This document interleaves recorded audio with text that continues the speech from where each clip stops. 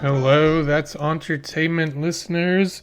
You are listening to a mini episode of That's Entertainment. I am your pop culture Jeff Malone, coming to you live from Brooklyn, New York.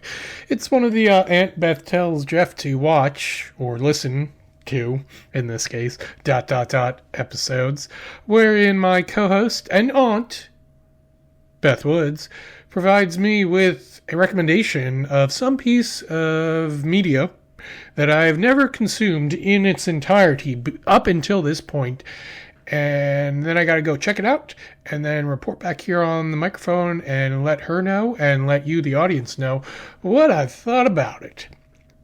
Now, the past few seasons of this podcast, the routine that I have requested from Aunt Beth is, could you please pick a year, then pick like 3 things from that year, specifically years from before I was born. And we're going to call them the classics. Because if it's older than me, a full-grown adult, they must be a classic at this point. Now, this round, Aunt Beth actually went with the specific year that I was born. So, actually, in this case, I was alive for the release of these recommendations. But I was a little tiny baby in diapers at that time, so I had no idea what was going on. So I guess this is okay. This is acceptable. And you know what? She recommended some solid choices, so I can't complain. Anyway, yeah. So I say my piece. And that's that. And then I go and then I answer like the final question, would I rewatch or re-listen to this or explore this corner of pop culture some more based on this introduction to it? And yeah, that's what we got. Okay, so this time around, we're heading into the recording industry, specifically the music recording industry. Excuse me.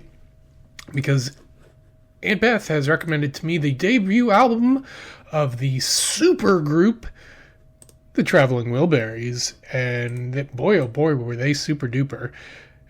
This band consisted of, in alphabetical order, Bob Dylan, the late great George Harrison, Jeffrey Lynne, the late great Roy Orbison, and the late, great Thomas Petty. So, those guys all already previously famous and acclaimed in their own rights for decades before they got together. I wonder what Aunt Beth thought at the time that the Traveling Wilburys formed and burst out there, and I wonder what my dad thought. My dad was busy raising some young kids, but you can listen to music while you've got babies and toddlers at home, so I imagine he was paying close attention to this, and as was Aunt Beth. She also had some young kids at this time as well, or at least one young kid, with more on the way. Anyway, what did I think of it decades after its release? Well, anyway, unsurprisingly, I was already familiar with these fellows, both separately and together. I was aware that the Traveling Wilburys existed before I listened to this album in full. This wasn't a completely new introduction for me.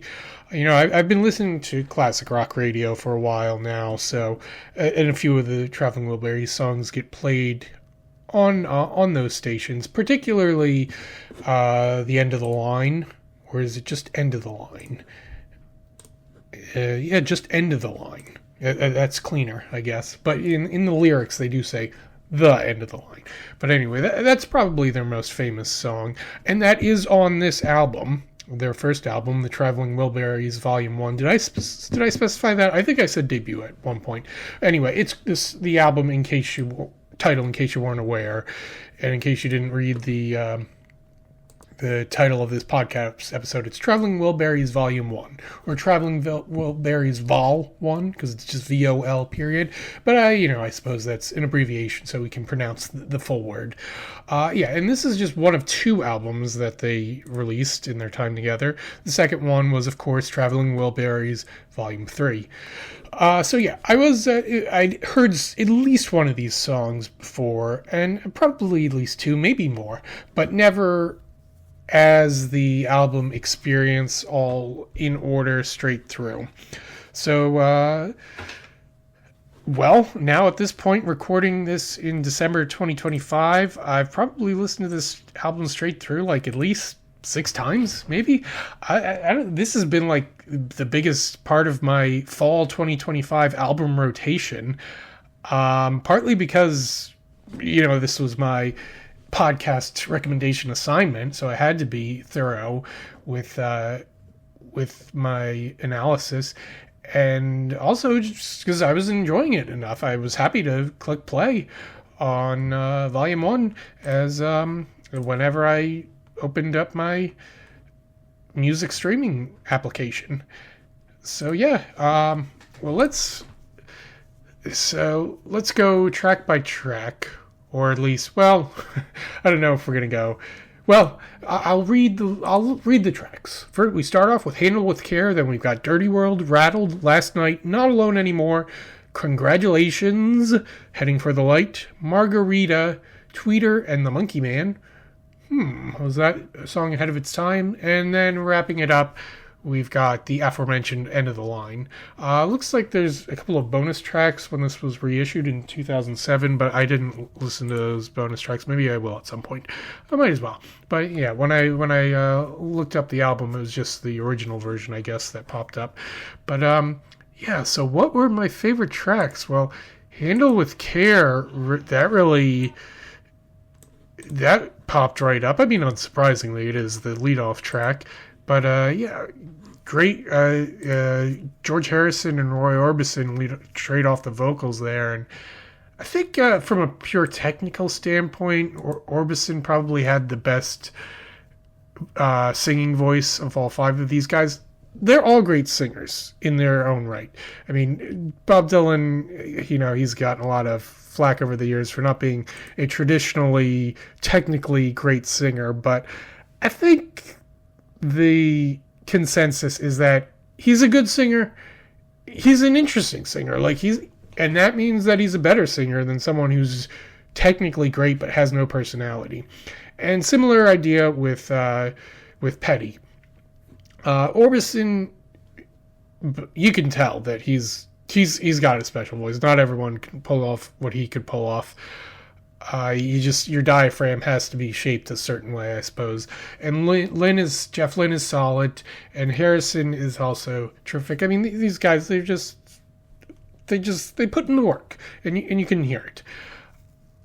So it's a mix of voices. "Handle with Care," it's a good one. And then "Congratulations," that kind of slows it down a bit.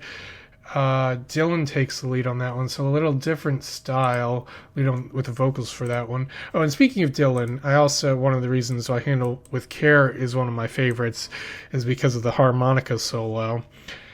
And then "Margarita," and that's kind of groovy. It's actually got a little synthiness to start off with. I think is that a synthesizer? I don't know. It's something electronic, sounds like at the beginning of the first few notes of that song.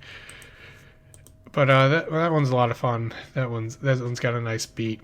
So I think those are my 3 favorite tracks. And then I guess besides "End of the Line," I just when determining what tracks I wanted to highlight as my favorites, "End of the Line" has too much of a head start. We won't mention that. But I was there's so many classic albums out there, and it's not as hard to actually sit down and listen to classic albums as much as it is to sit down and catch up on all the classic movies that came out and all the TV shows that aired before I was born. Because with music, you can have it playing in the background and, be doing something else while listening to the music. Movies and TV, if you actually want to consume them and get the full effect, you got to be paying attention to them. But music, you can, you don't have to be active with it. Just hit play and it's playing in the background, and you can do it a bunch of times. As I said, I've listened to this several times already. I'll probably listen to it more. I'll probably listen to Volume 3 as well. No surprise. I like this album. I'm glad that Aunt Beth recommended it. And there we go. We've got one more recommendation from the world of 1988 to go. And as for the rest of the podcast schedule, there should be at least one more episode before 2025 is through. And then we've got other stuff brewing. Nowadays it might be a surprise when we show up in your feed, but there's ideas to come. And and of course it is the holiday time, so you can always re-listen to our Christmas episodes if you like. Those are some of our favorites, and hopefully they're some of your favorites as well. But in the meantime, if you can follow us on Instagram, Facebook, Blue Sky. I think we're still on the Twitter as well, but we're Blue Skying more these days. And you can support us on Patreon if you like. And keep your remotes handy and your eyes open.